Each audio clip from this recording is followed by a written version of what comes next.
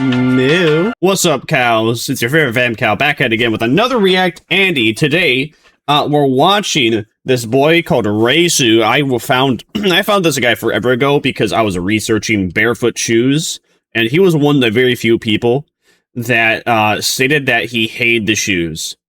So supposedly, I think what was it? 2 or 3 weeks later, he said that he supposedly, I say supposedly because I don't know how much it's the truth, but he said that he wore the shoes for a week, and then that's why he was talking about how terrible they are and how he was having so many problems. But he only had that follow-up response video because a lot of people were saying that he was wrong, he was incorrect, he was doing something wrong, his feet shouldn't be reacting that way. And I think he also admitted that he quit cold turkey, but the issue is that he took down both of those videos. You can't find his barefoot shoe video on his channel anymore, nor the follow-up one clarifying I don't know, the presentation of it. But I mean, for that, he occasionally has some interesting information. More than anything, though, he just kind of advertises a whole bunch of products that he uses. I don't know if he gets a commission for every single sale, but he's interesting. So he's talking about AI today, the hit famous topic. And I skimmed through the video a little bit, but I had it in the background at 2 times speed, so I really don't remember everything that happens. I was React Andy to something else, but then I was just halfway through that React Andy. I was just man, this video sucks. I am bored. Let's watch. I gotta watch something else because this is just not good React Andy. This is your brain moment content. Thinking. And this is your brain using AI. Over the past year, I've basically completely replaced Google. I use Claude to write my morning briefs, summarize meetings, and even help me make simple apps that... Don't tell the Twitter freaks that he's been using AI, guys. AI, Twitter freaks say all AI, lay bad. Otherwise could code myself. But naturally, as I use more of these tools, I started to wonder whether or not it was at the cost of my own critical thinking abilities. And after reading what the literature has to say about this, it's actually not so simple as AI is just making us dumber. And it's really the way that you use it that can change how it affects your brain. So in this video, I want to... Exactly. Except the very issue is that a lot of stupid Generation Alpha kids are... Well, they're basically just putting whatever question is on their homework into an AI and then copy pasting it onto, well, the homework and then having that be the answer instead of reading whatever the information the AI provides to them and then wording it into their own words, putting it into their own words, wording it into their own words. I mean, that's technically correct. As you can see, I'm not a good on the moment speaker. What I found and the habits that you can implement to help mitigate that. And at the end of the video, I'll also share with you the specific ways that I changed the way I use AI to help mitigate that. The first thing to answer is AI making us dumber? So interestingly, when I looked into this, the most relevant papers on this was even before ChatGPT or Claude came around. So people had this same concern over 20 years ago when Google was released. People worried that it would impact our memories and learning. So in 2011, researchers conducted a study where they ran a series of experiments to see how using Google and the computer affected people's memories. So they took a group of participants and they gave them a list of facts to remember.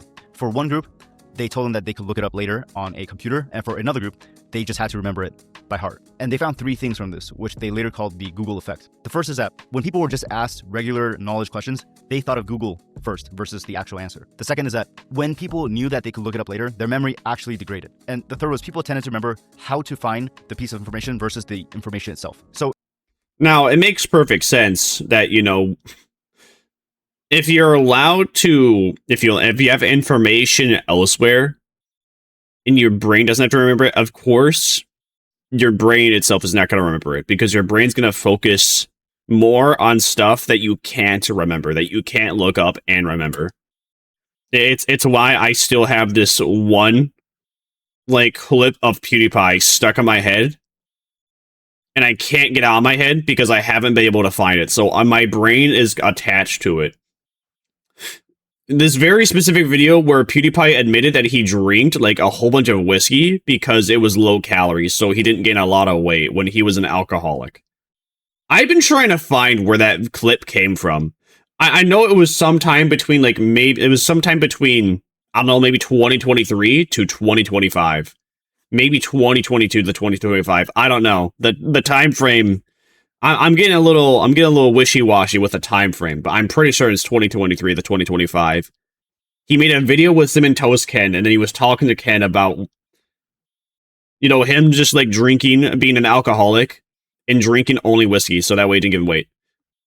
I've tried to look it up through, like, GPT, Grok, even Gemini, nothing. Well, actually, maybe I could try with Gemini, because Gemini now has the ability to, like, watch through YouTube videos, and maybe the quote is in there. Maybe it could find the quote for me. I don't know. But yeah, of course, it's like the same thing with, like, all my passwords. I got 50 different passwords. I don't remember any of them offhand. Why don't I remember any of them offhand? I have a notepad that has all the answers on them. And I got them backed up on 2 separate, like, drives too. So in case something goes wrong with, like, one computer or one drive, I have it backed up. Of course, I'm not going to remember, because I don't need to remember. I have the information elsewhere for me to just look up. Graded. And it makes perfect sense. How to find the piece of information versus the... It's like the same thing with, like, phone numbers. People constantly be like, oh, you know, remember when kids used to remember phone numbers? I mean, you don't have to do that just because the information is in your phone, and you just have to look up the person's name to find the phone number. Oh, you don't remember phone numbers anymore. Yeah, but I remember the person's name associated with the phone number. I mean, isn't that what matters when it comes to, like, calling people? I just have to remember who I'm calling. Remembering the phone number itself is kind of like useless information. Information itself. So it was just like an ends to a means. It's like the same thing of only remembering where somebody lives so you can mail them letters. Like, it's really not that deep. Oh, what do you mean you don't remember where your friend lives? You don't remember their exact address? No, because I have it written down in an address book. Because that shit's complicated. Why should my brain be forced to remember this, like, menial information when I can have memories for more important things that I can't just look up and find that easily? It's not necessarily that people got dumber, it's that our brains default to a more efficient pathway. Rather than remembering the actual information, it remembers how to get that information. So if you extrapolate the study towards LLMs today, the more we use AI to not just look up information, but also to help us do tasks or help us make decisions, the more we are weakening our own ability to do that, and the more we won't be able to think for ourselves. I like to think of the brain as sort of a circuit board where we like to take the path of least resistance. People used to just remember by heart the names of different streets and be able to drive to places without having to use an app or a navigation device. But as we had better technology, we slowly lost this ability, and now there's very few people that can actually do that. Yeah, not to mention that the world has gotten way more complicated too. There's a lot more things people got to remember and take note of in comparison to, like, 20 years ago. There's way more, like, traffic laws. There's way more things you got to keep note of. You know, you always got to be, like, worrying about, you know, you got to worry about if, like, whenever you do get stopped by an officer, you know, how to interact with them, depending on their, like, pattern. Because some officers, depending on how you act with them, they might see you as a threat, and then depending on other officers, you know, depending on how you act, you know, they might just not care, or they'll be extremely lax. Again, you know, remembering like somebody's address, remembering that, like, physical information is just not necessary. It's really not it's not as big of a deal as people make it out to be. If we don't exercise it and we don't use it, that is really the danger of LLMs. We're basically trading productivity and speed for the ability to think for ourselves. But the interesting thing that... To an extent. Like, again, why does it really matter that I have to remember, like, how to get to, like, some guy's house? If I'm traveling, like, an hour and a half away and I use a GPS, like, 20 times... Bro, it's like an hour and a half away. There's like 500 streets I could, like, turn off of. I could get, like, confused because I went down a road and then I remember I didn't turn out. And then I remember that I turned one direction, but then, like, the direction up ahead, maybe I was, like, turning into the wrong place and I didn't even realize it. What did I just say? I'm retarded. Researchers found is it's not necessarily a bad thing depending on how you use it. There's a term called cognitive offloading, which refers to freeing up your mental bandwidth so you can focus on the next level. So there is a real argument to say that. Yeah, exactly. You're just freeing up your brain from all this like somewhat useless information, so that way you can remember more important things. If we use AI in the right way to free up our cognitive bandwidth, it gives us a space to think more deeply about the next level. And the clearest example of a place you can cognitively offload are meetings. So for me, I used to take manual notes during meetings, which causes me to actually be less present during the meeting. But now with these AI tools, it's really easy to simultaneously Why didn't bro just have a notepad? Have it take notes of the key information while you are being fully present in the discussion. And that's where the sponsor of this video comes in, Granola. So Granola is probably one of the best. Wow, Granola, what an awesome AI assistant, dude. I'm gonna sign up for Granola on like 30 alternative accounts just so Reisu can get $3 billion. I think that we use these tools in that way to help us work on the next level. But let me show you what actually happened when they put this to the test. In 2025, they did a study where they had people write essays while relying on ChatGPT. So they could use ChatGPT as a writing assistant to help them think more deeply about the essays that they were writing. Now, this is where I differ. Like, when it comes to actually writing stuff into your own words, you should use your own words. If you don't know the information, you can use an AI to, like, help you and get that information. Possibly even, go and, like, ask the AI to give you the articles. So that way you can go to the articles and read where it got that information from. But if you just want the cliff notes for the information, and that's one important, that's like fine. As long as you're putting it into your own words. If you're copying and pasting it, that's just a laziness. And that would destroy your critical thinking. Again, though, phone numbers, addresses, how to get from point A to point B. The world is super duper complex. It's not like we got, I don't know. It's not like the Wild West where you really only had 20 roads you could come across while you're like traveling for 3 hours. You can drive somewhere in 20 minutes and you probably would pass like 100 different other roads in that 20 minutes. Yeah, of course, I believe having the GPS is a good thing. Not wanting to use the map is perfectly fine. I mean, you should still kind of know how to use a map in case like the GPS fails on you, internet outage or whatever.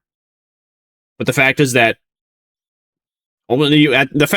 you should just have the knowledge to use a map, but you shouldn't use the map to begin with. You should just use the GPS because, well, it allows you to like free up your mind and be more focused on the road and everything around you instead of like also stressing out and trying to focus on where to go.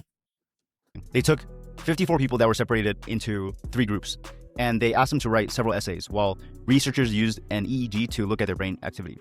The first group, they could use ChatGPT in any way that they would like. The second group, they could use Google in any way they would like. And the third group could not use any tools. They could only write the essay. What this paper found was that the group that used ChatGPT had the lowest brain activation among all groups. And towards the end, they even just resorted to copying and pasting. The people who used ChatGPT, yeah, exactly. That's what you shouldn't do. Could barely even remember.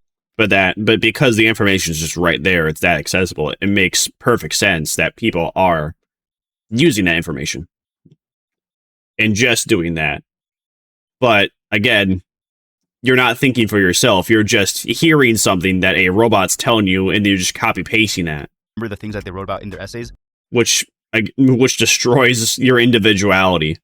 And when they had that same ChatGPT group write another essay without using any tools, their levels of brain activity was even lower than normal. And if you compound this over many years, it could get significantly worse. So the trap that a lot of people fall into when they use AI tools is that you think you're activating critical thinking, but you're actually not. When we ask a question and we get an instant response, our brains think that we sort of thought of that same response. And this concept has actually been studied for over 2 decades, and it's called... I'm not sure what that means. I mean, could just be confirmation bias. You probably do know whatever it is you're looking up, but you're just being certain. The illusion of explanatory depth. For example, if I asked you if you understood the mechanism of a zipper, you probably rate yourself pretty high. And if you read an explanation, you probably think, this makes perfect sense, and I basically knew that. But if I asked you to explain it from start to finish, how the mechanism of a zipper works, more likely than not, you're going to struggle to explain that. Nah, it's actually pretty easy. So with a zipper, you obviously have you have the zipper, you have like the, what's it called? The pulley part? You have the pulley part. And then you have like you have the zippy parts on both sides of, let's say, the jacket. So you put like the tooth inside the pulley part. So, and you pull up on the pulley part to then cross the threads of the metal together, and it interlocks, and it doesn't separate unless you pull down. So the zipper can only ever like come off or separate from each other because the zippy parts are being separated by the pulley part.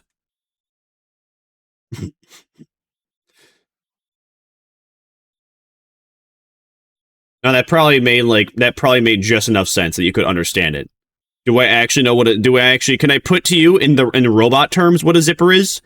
No, but I mean, it's really not that complex. I mean, you could make it complex if you wanted to, if you want to go to the in-depth analysis. But the fact is, there's a pulley part, there's the threads, and there's you push and pull to like pretty much cross the threads together or separate them through the pulley part.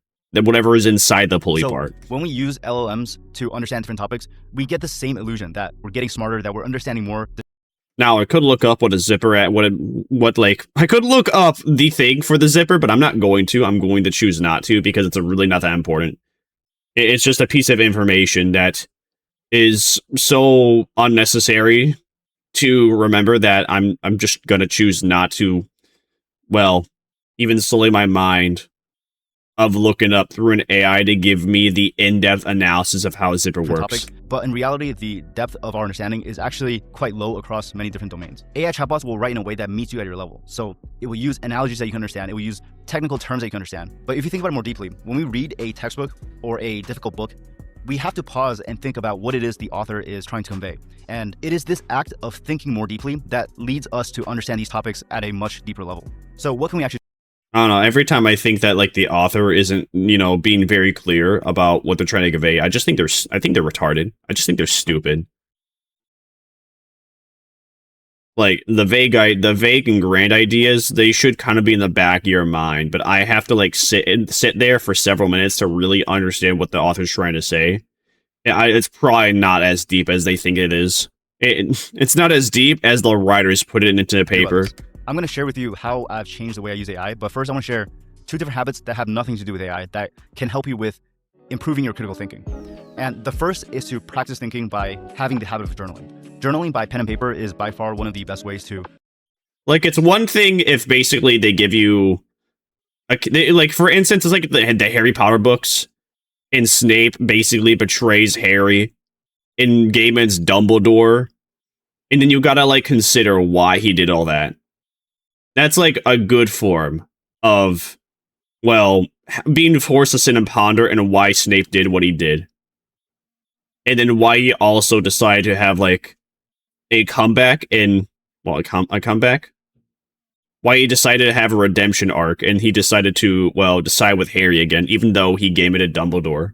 Force yourself to think linearly and also to write without any external input. You can't go back and delete different paragraphs. You can't go and ask an AI chatbot what you should write about next. For me, I've been journaling for nearly a decade now, and I've made a bunch of videos on this channel. And one of the things I found is that one of the most valuable ways to journal is actually not the traditional way of journaling by writing a daily diary. When you write a diary, there's actually very little thinking involved beyond training your memory. Instead, I would recommend you to journal about different ideas that you want to expand on or your thoughts on things that have happened to you in your own life. And one thing you can do as well if you're learning...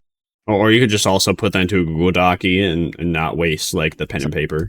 Something is you can easily test your understanding by journaling about that topic and writing down everything that you know about it. By doing this, you can spot a lot of different gaps in understanding that you have, and it forces your brain to try and understand the topics that you're learning far better. But the second habit... Or you can also just talk to another person, and then you can also expand the ideas that way by talking to another person. And then trying to explain what's in your head, and then that other person trying to understand what's in your head, and then they can convey like other ideas, which helps you expand on the ideas that you were already thinking of. But to cultivate your critical thinking is to invest in skills that compound over time.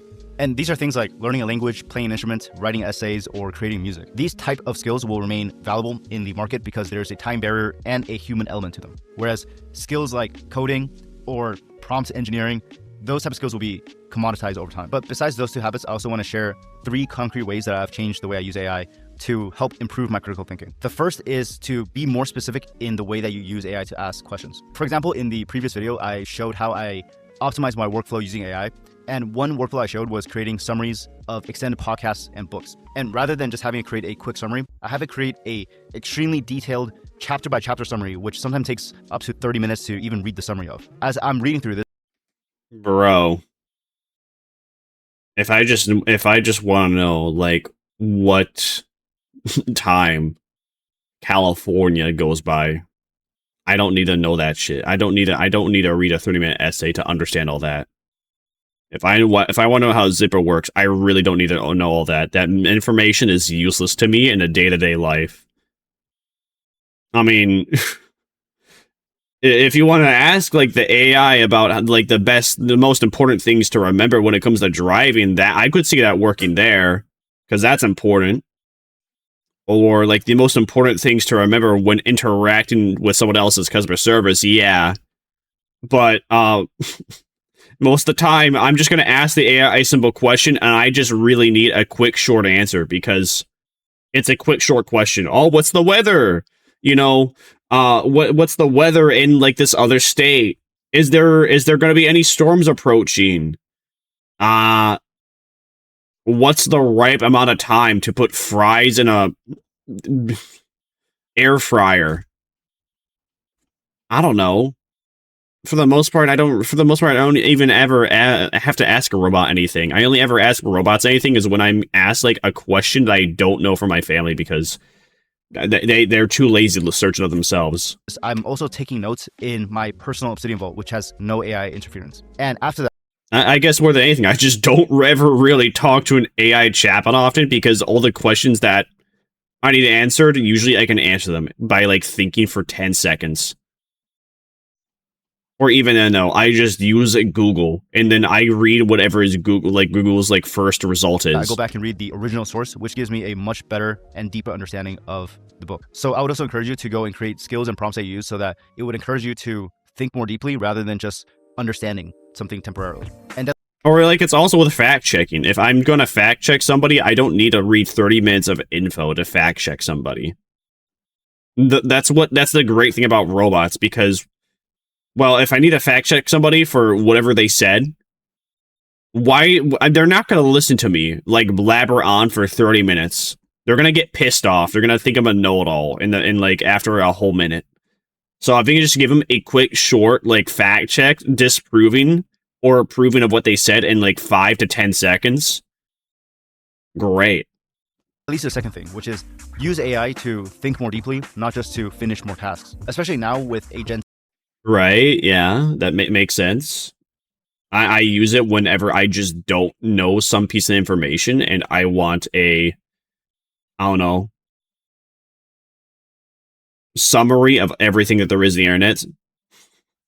I think what I'm going to do from now on is that whenever I want to fact check something, I'm going to ask like 3 different bots and see what the different things come up with. Oh, it was I remember now. So actually one thing I did recently, I did ask like Gemini, GPT, and Grok the exact same question. I asked all 3 of them how many people are game-ended from heat stroke and how many people are game-ended by gun violence a year. And supposedly, from what I remember, it's whatever I remember, after comparing all 3 of them, it was like 55,000 people in Europe are game-ended from heat stroke. Meanwhile, in America, about 48,000 people are game-ended from gun violence. Isn't that crazy? And I only looked into that because I heard it from a Kirsche video. More people are game-ended just because they don't use or have air conditioning in Europe than people are game-ended from gun violence in America. And then people want to talk about, oh, gun violence is bad. Bro, get some air conditioners in Europe. What are you guys doing? Gun violence bad? Bro, you're dying from heat stroke. It's 2026. What the fuck is going on over there? Take AI, it's going to be tempting to just hand off our entire to-do list or email and have it do everything automatically. But that's actually a trap. We might feel more productive per unit of time, but over the long run, our productivity will actually decrease. The reason for that is because we start to lose context and understanding of our own decisions. The best way to use these tools is to use them to help us develop our own models of understanding and thinking so that we can make better decisions for ourselves. So it's better to have the separation where you use... I mean, again, I guess that matters when it comes up with coming with like vague ideas, but if you just need to know like the facts of things, again, just talk to like, I say talk to like 3 different AIs, Gemini, GPT, Grok, because they'll give you like slight variations on the information, but if you compile them together, then you'll actually like, well, you'll probably get like the truest form of information that there is. These chat models to help you save time by searching for information or ranking different things and surfacing it in front of you, and you being the person that makes the decision always. The third thing is to not trust these AI systems. So don't trust, verify. Just talk to multiple of them, because multiple different AIs will give you like slightly different degrees of information. 2025, Microsoft and Carnegie Mellon found that the more you trust AI, the more it's correlated with lower rates of critical thinking. And I think this is especially important for the next... Well, of course. That's why I don't just trust an AI. I ask 3 of them, and I compare the information. Generation, where they are actually growing up using these models, and so they may never develop this habit or practice of critical thinking. Just in my personal experience, even using frontier models, it's always better to lean on the side of not trusting the AI and double checking anything that... Like, I don't quite understand his point with critical thinking.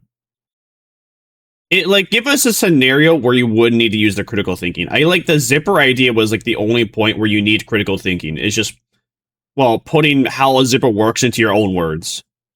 But even then, though, that's like something to explain to a child, because it's current year. Dude, I got other things to worry about than how a zipper works. I don't gotta remember that information. Comes up. Even the best models now, they'll still occasionally hallucinate, and they'll confidently tell you something that isn't true and later just apologize profusely when something actually goes wrong. Like, these AI models can't actually take any responsibility, so it's basically a useless apology. There are some pretty extreme cases of this where in 2023, there was a lawyer that wrote this research case using cases that ChatGPT provided to him, and later on when he presented it... Bro...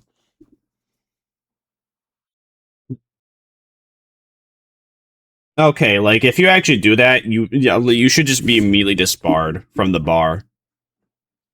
Come on. You're a lawyer. Oh, I asked the robot about these cases, and it summarized that for me. No, your job is literally to look into these cases yourselves. That is literally a part of your job. That is a completely different thing. It turns out every single case... That's like being a driver instructor and just having ChatGPT to give you the cliff notes of the most important information to remember. And all you have to do is just remember like the cliff notes of like the important things to remember for driving. No. That's like these are the moments. That is a moment here in the video, and that is a moment I thought of. Where you should not just go to GPT and be like, hey, can you tell me what is the most important thing to remember? Because it's a lot more complex than that. It's a lot more complex than, oh, GPT just give you the cliff notes of how this case went. And again, the thing was just wrong. It's probably summarized it. It summarized several cases, and it probably combined the information together, which was how it was wrong. Research paper was completely fake, and it caused him to have to pay a significant fine and be at risk of losing his license. So no, he should have absolutely lost his license. That is completely his fault. If you're using AI as a lawyer, you're a genuine retard. For me, I like to treat AI as a extremely intelligent but non-trustworthy employee. It can definitely do real work and be really efficient, helping me save time, but I always make sure I either have it cite its sources or I go and check it manually. That's why, for instance, I prefer to use Perplexity when... Or again, you just ask multiple ones the exact same questions and compare the answers with each other. Because all the different models are trained in different ways, which is how they have slightly different forms of the exact same answer. Again, Grok is mainly based off of Twitter and all the information and links that are posted on Twitter. Gemini is based through all the different YouTube videos and articles that exist, probably within the top page. I don't know what GPT is trained off of. I think GPT is just trained off of all the information that there is on the internet, if I remember correctly. or something like that. But again, all these different models are trained off of different things. Don't just like go to one and only listen to one. You got to compare. When it comes to doing I feel like that's like the more important thing is not to trust a singular AI, but compare the AIs. And even then, though, if it's like something that's a bit more complex than hey, how many people are gaming it of heat stroke? How many people are gaming it from gun violence? How many people are gaming it from knife violence? How many grapes happened? What was the grape report that just happened, GPT? What was the name of that? Like, all that stuff is extremely simple. And that is what AI is good for. Instead of having you to, like, read through a 15-minute article and waste most of your time, when all you need is, like, the very simple facts. Research with the assistance of AI models, because it is forced to cite everything, so at least you can go and check the source material. In addition to not delegating your critical thinking, you should also not trust the things that are coming out. But then you could also be like, oh, well, why are people being gamed of heat stroke in Europe? Does that matter? Why are people being game-ended from gun violence? There's like 30 billion reasons for both. Well, actually, no. Actually, air conditioner is a bit simpler. Gun violence can also be talked about like self-defense. But under the idea of just comparing like flat numbers of gun violence and heat stroke, I mean, you either are gaming of heat stroke because you don't have an air conditioner in your home, or the air conditioner at work is not turned on, or they don't have an air conditioner there either. Like, I'm actually, fun fact, apparently, and so there was like someplace in Europe where this building had like 9 floors, and they turned off floors 1 through 7, the air conditioners. But the floors 8 and 9, they still had the air conditioners on.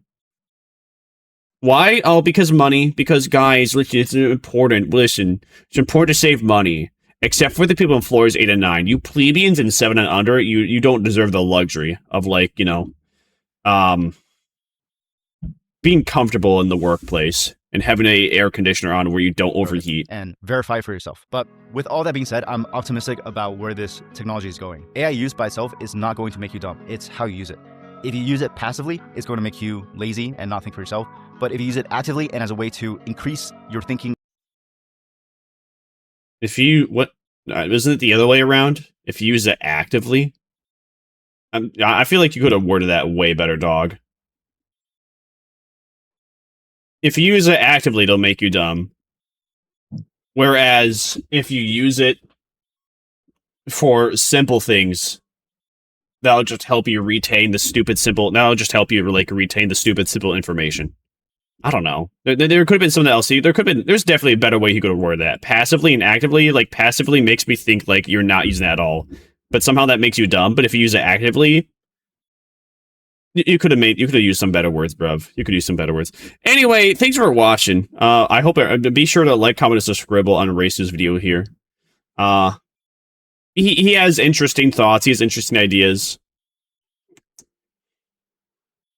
I kind of like watch him just kind of like bounce my ideas off of like whatever this guy's thinking and saying. So, yeah, and be sure to like, comment, subscribe here. I'll see you Vamp Cows next time I feast upon my next victim. Did you enjoy that video? Did you hate it? Well, be sure to like, dislike, comment, and subscribe if you want to see my next wonky slosh take.